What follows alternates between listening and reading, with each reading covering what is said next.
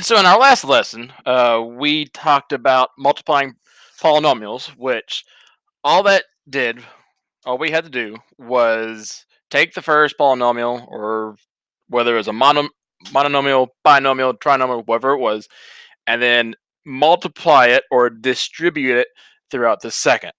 Okay, that's what we did for 4.3. Before that, we were adding, subtracting, and before that, we were reviewing properties of exponents. For 4.5, 4.6, 4.7, it covers, it's completely devoted to a math operation called factoring.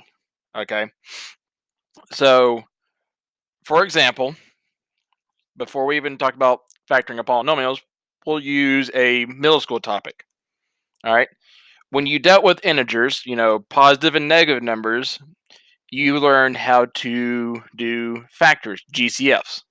All right, to factor an integer means to write the integer as a product of two or more integers. All right. For example, say we have 8. Okay. And I want to write all the factors for 8.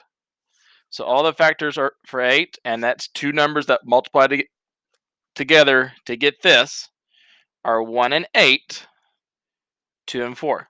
So 1, 2, 4, and 8 are factors. Okay. Now, that's factoring positive and negative numbers.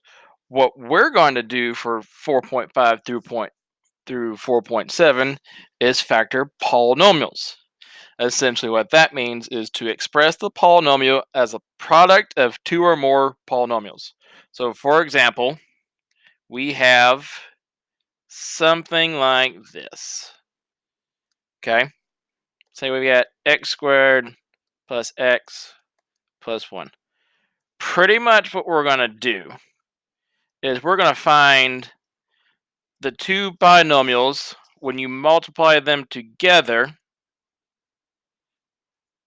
All right, we're going to find the two pieces that multiply together to get what we're starting with. All right, so we learned how to add and subtract and multiply. All right, so now what we're doing is we're just reversing the process. We got it, the factors to begin with. Now we're reversing the process. Now, if you recall, the greatest common factor is the greatest factor for two sets of numbers. All right, say 4 and 8. We already know 1, 2, 4, and 8 are the factors for 8, and then 1, 2, and 4 are the factors for 4. GCF, greatest common factor, is the biggest factor between 4 and 8, which in this case is 4. Using that similar idea, we're just going to find the greatest factor of the polynomial that divides each term of the polynomial evenly. So let's get started. Okay, so 4.5, greatest common factor, and factor by grouping.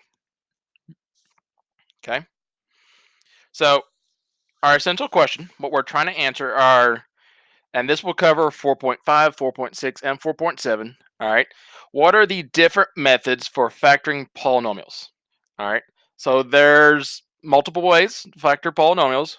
One way may not suit every single way. You'll have to monitor and adjust according to each individual problem. But specifically, what we're looking for, or what I'm looking for that you can do, is I can factor polynomials using either GCF and or grouping. All right, because sometimes you'll be able to use GCF, sometimes you'll have to use grouping, and then sometimes you'll have to use the other few methods that we will learn over the next couple lessons. So here we go. Some of the vocabulary that I will mention over time, some of these we've already covered: binomial, trinomial, polynomial, degree, factors, perfect squares, greatest common factor, or GCF. So when you're factoring polynomials, first thing you want to try to do, because it's the easiest, is always divide out the greatest common factor All right.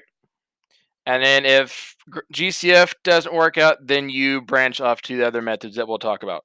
So looking at A, okay, we have 12x cubed, 30x squared. All right. Pretty much how we want to look at this, all right, is something like this. 12x times x cubed, or 12 times x cubed, plus 30 times x squared. The reason I'm doing this is to show each individual part. Okay, so this is each individual part that we have. Now, by looking at this, we can sit there and factor each individual part. So what first thing we're going to do is we're going to find the greatest common factor between 12 and 30. All right, between 12 and 30. So off to the side, I'm going to write 12, going to write 30. So all the factors for 12 are 1, 2, 3, 4, 6, and 12. All the factors for 30 are 1, 2, 3, 5, 6, 10, 15, and 30.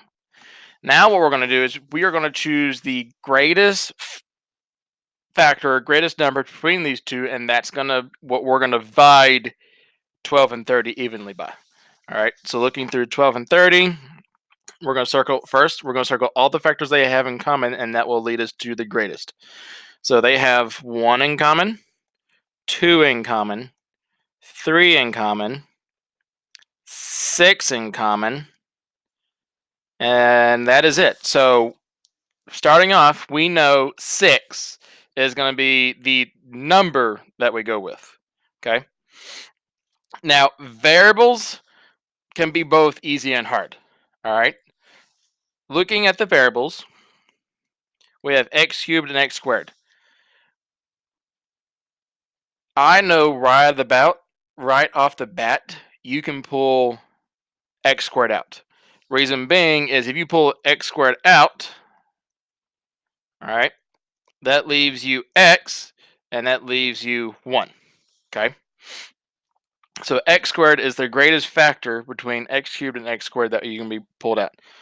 So with that knowledge, we know we can pull a 6x squared out of 12x cubed and 30x squared.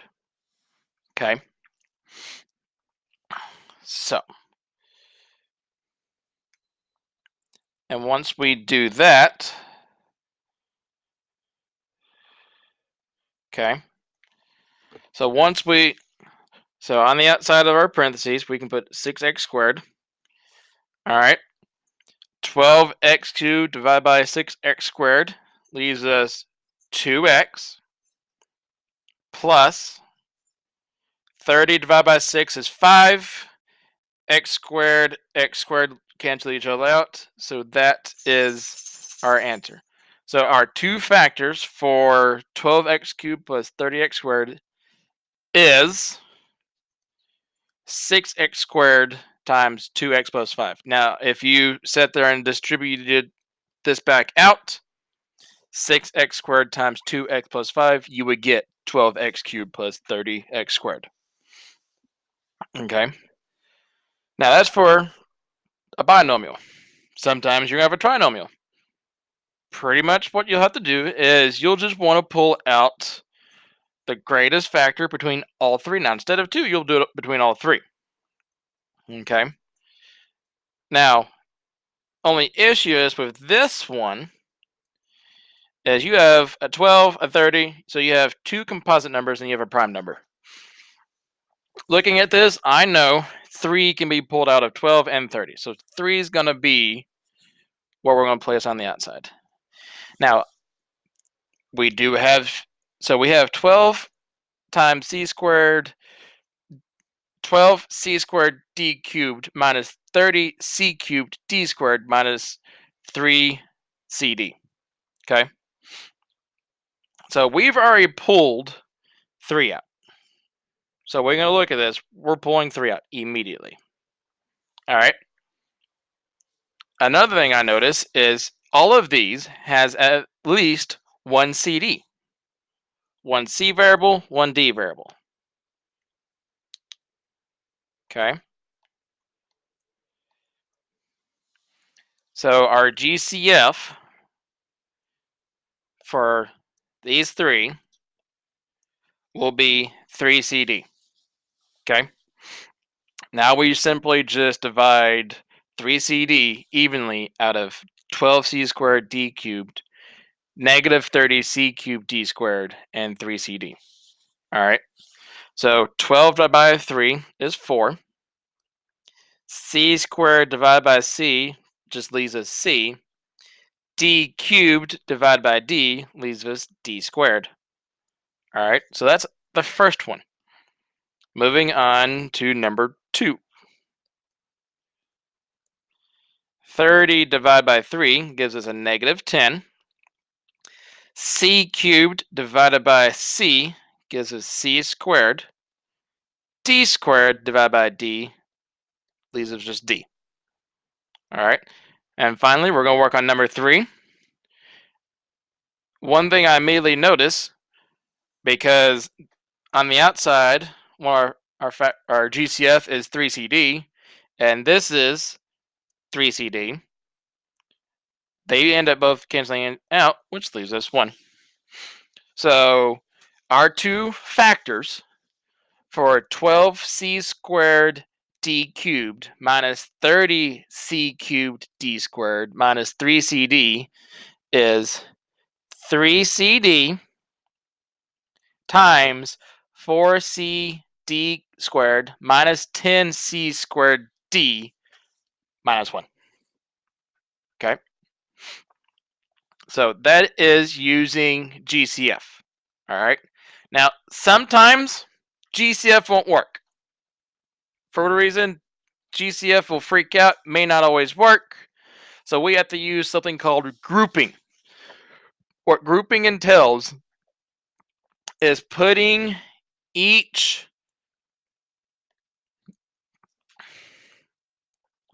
the first 2 terms, all right, which in this case is 2x cubed and negative 8x squared, and then grouping the last 2 terms, which is 3x negative 12, all right, and then finding the GCF of those 2 groups now, okay? Finding the GCF of those 2 groups. So we're going to find the GCF of 2x cubed minus 8x squared first. Then we'll find the GCF for 3x minus 12. And what that will happen is if you end up having the same common factor between those, all right, we know that's going to be one of our answers.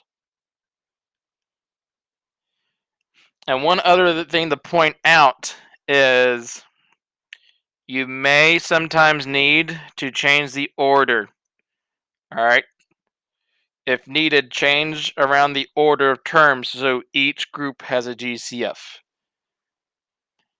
Okay, because when you are adding and subtracting numbers and polynomials and such, it is okay to change around the numbers. All right. So GCF of, so we have 2x cubed minus 8x squared. All right, and I'm going to put parentheses around that to show that they are together, plus 3x minus 12. And I'm putting parentheses around that to show that's together. So we're going to find the GCF of this and then this. Okay. So the common number between 2 and 8 is 2. All right. Is 2.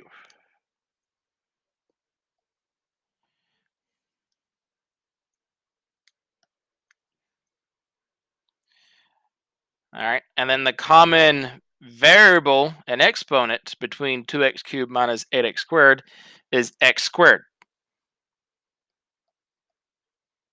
And then when you divide all of that, we're left with x minus 4.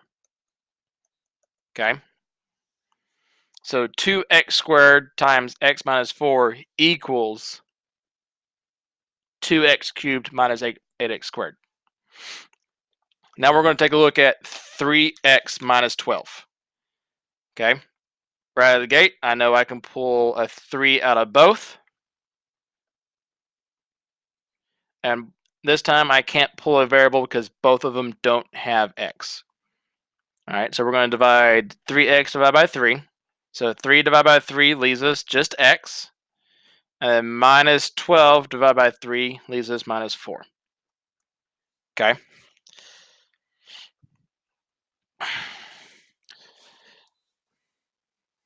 All right. So moving on. So this is what we have right now.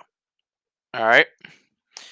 If the GCF of each pair results in a common binomial, which in this case our common binomial is x minus 4, we're going to factor out the binomial from each pair. So we are going to yank out x minus 4 from both, which would leave us with 2x squared plus 3 times x minus 4. And then if you turn around and multiplied these two, all right, you distribute each term, you would end up, taking these terms, you would end up with what we originally started with. Okay, so that is grouping. Most of the time with grouping, it'll be with 4 terms. All right, 4 terms, usually you're going to have grouping. 3 terms, we will cover that in 4.6. All right. So, and that is it for lesson 4.5. We will continuing factoring polynomials with lesson 4.6. All right. And have a wonderful day.